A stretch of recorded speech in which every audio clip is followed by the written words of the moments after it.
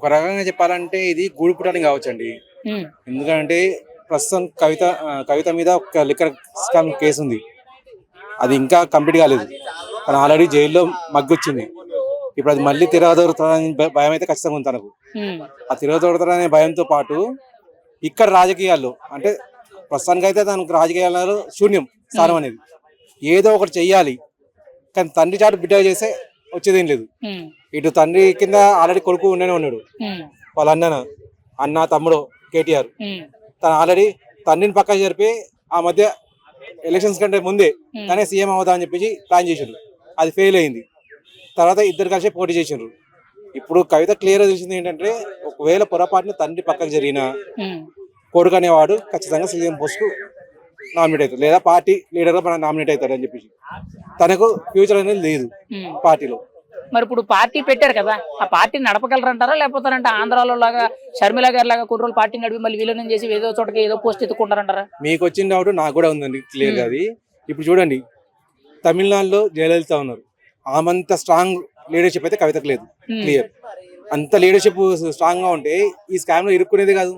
ఒకవేళ ఇరుక్కున్నా దాంట్లో నుంచి బయటపడే తెలివి ఉండేది తనకు. అది లేదు.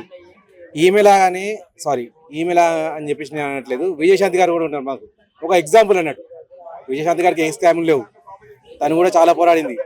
తెలంగాణ ఉద్యమంలో కేసీఆర్ గారు ఎంతైతే పోరాడారో ఆయన కంటే ఒక మెట్టు పైనే ఉంది అప్పట్లో. అఫ్కోర్స్ కేసీఆర్ గారు మొత్తం రూలింగ్ తీసుకున్న తర్వాత అందరిని తొక్కేశారు, ఆయన పైకి వచ్చారు. కానీ విజయశాంతి గారు అంత పోరాడిన వాళ్ళు కూడా తర్వాత తట్టుకోలేక కాంగ్రెస్ లోనో బీజేపీలోనో విలీనం చేయాల్సి వచ్చిన తర్వాత ఇప్పుడు కవిత గారు చేసేది కూడా జస్ట్ జిమ్మికి మాత్రమే. తన మీద ఒక లిక్కర్ స్కామ్ అని చెప్పేసి ఉంది. తండ్రి దృష్టిలో తను కూడా పడాలి, నేను కూడా లీడర్ని అని చెప్పేసి. దానికి తగ్గట్టుగా ఒక పార్టీని పెడదామని చెప్పేసి వస్తుంది. ఈ పార్టీని నడిపించాలంటే తనకి ఎంత లేదన్నా 1000-1500 కోట్లు కావాలి.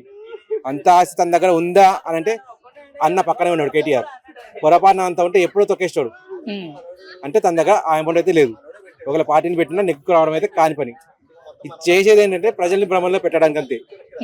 తన దగ్గర ఇంకో దారి లేదు. ఇప్పుడు కవిత గారు పార్టీ పెట్టి ఇలా విడిపోవడం కేసీఆర్ కి కేటీఆర్ కి వ్యతిరేకంగా కొంతవరకు కూడా మాట్లాడడం జరుగుతుంది. హరీష్ రావుని దెయ్యాలు బోతాలు క్వార్టరీ ఉంది అని చెప్పి మాట్లాడుతున్నారు కదా. మరి దీనివల్ల పార్టీలో చీలికలు వస్తాయంటారు? బీఆర్ఎస్ లో చీలికలు వచ్చి పార్టీ నష్టం జరుగుతుంటారా?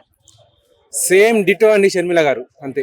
షర్మిల గారు ఏం చేసిండ్రు, అన్న దగ్గర నుంచి గొడవలు పడేసి వచ్చింది. తర్వాత పార్టీని విలీనం చేసేసింది. ఇప్పుడు తనని ఎవరైనా పట్టించుకుంటారా? రేపు పొద్దున కవిత గారి కూడా అదే పరిస్థితి అవుతున్నాడు. పార్టీలో విలీనం అయ్యేది ఏం లేదు. బీఆర్ఎస్ కు వచ్చే నష్టం అనేది ఏది లేదు దీనివల్ల. ఇక్కడ కవిత గారు కాంగ్రెస్ లోకి వెళ్ళబోతున్నారు. మంత్రి పదవి గురించి కూడా ఆల్రెడీ చర్చలు సంప్రదింపులు జరిగినాయి. ఇంకొక 6-7 నెలల్లో కొన్ని మార్పులు రాబోతున్నాయని అంటారు. నిజమేనంటారు అది?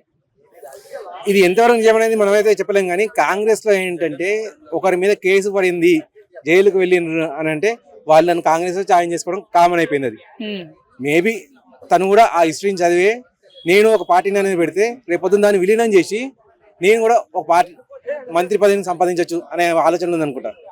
అదే జరగబోయే నిజం అని చెప్పేసి అనుకోవచ్చు. ఇప్పుడు ముఖ్యంగా చూసుకుంటే కవిత కాంగ్రెస్ కి ఇండైరెక్ట్ గా సపోర్ట్ చేస్తున్నారని ఒక ఆరోపణ ఉంది.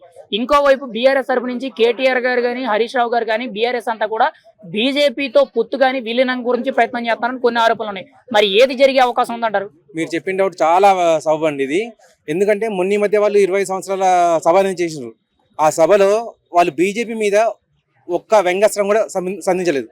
ఏది ఉన్నా కానీ కాంగ్రెస్ ని తిట్టిపోయడం చేసినారు. కాంగ్రెస్ పాలన అలా ఉంది ఇలా ఉంది అని చెప్పేసి మంత్రుల మీద అలా ఇలా అని చెప్పి చెప్పారు. కానీ బీజేపీ మీద అయితే ఏమనలేదు. దాన్ని బట్టి చూస్తే ఏమర్థమవుతుందంటే ఏదో ఒకటి అంటే అయితే బీజేపీకి వీళ్ళు లొంగి ఉన్నారో లేదా రేపు పొద్దున బీజేపీలో కలుస్తారు. ఆ డౌట్ అయితే ప్రజల్లో ఖచ్చితంగా వచ్చింది. ఫైనల్ గా కవిత గారు ఇప్పుడు కొత్త పార్టీ పెట్టడం మీద మీ అభిప్రాయం ఏంటి? అసలు రాజకీయాల్లో ఎటువంటి పెను మార్పులు వచ్చే అవకాశం ఉందంటారు తెలంగాణలో? దీనివల్ల వచ్చేది జరిగేదంటూ ఏం తేడా లేదండి. తను చేస్తున్నది ఒకటే మాట అన్నట్టు, తన ఉనికిని చాటుకోవడానికి, కాంగ్రెస్ లో నేను కూడా ఉన్నాను అని చెప్పడానికి ఆ మాత్రం దానికి తయారు చేస్తుందంటే. అంతే, ఒక మంత్రి పదవి కావాలని చెప్పేసి అది రాగానే తను కూడా విలీనం చేసేస్తుంది. దీనివల్ల బీఆర్ఎస్ కానీ అటు కాంగ్రెస్ కానీ ఇటు బీజేపీ కానీ ఎటువంటి తేడా జరగదు. వాళ్ళకి వచ్చిన నష్టం కూడా లేదు.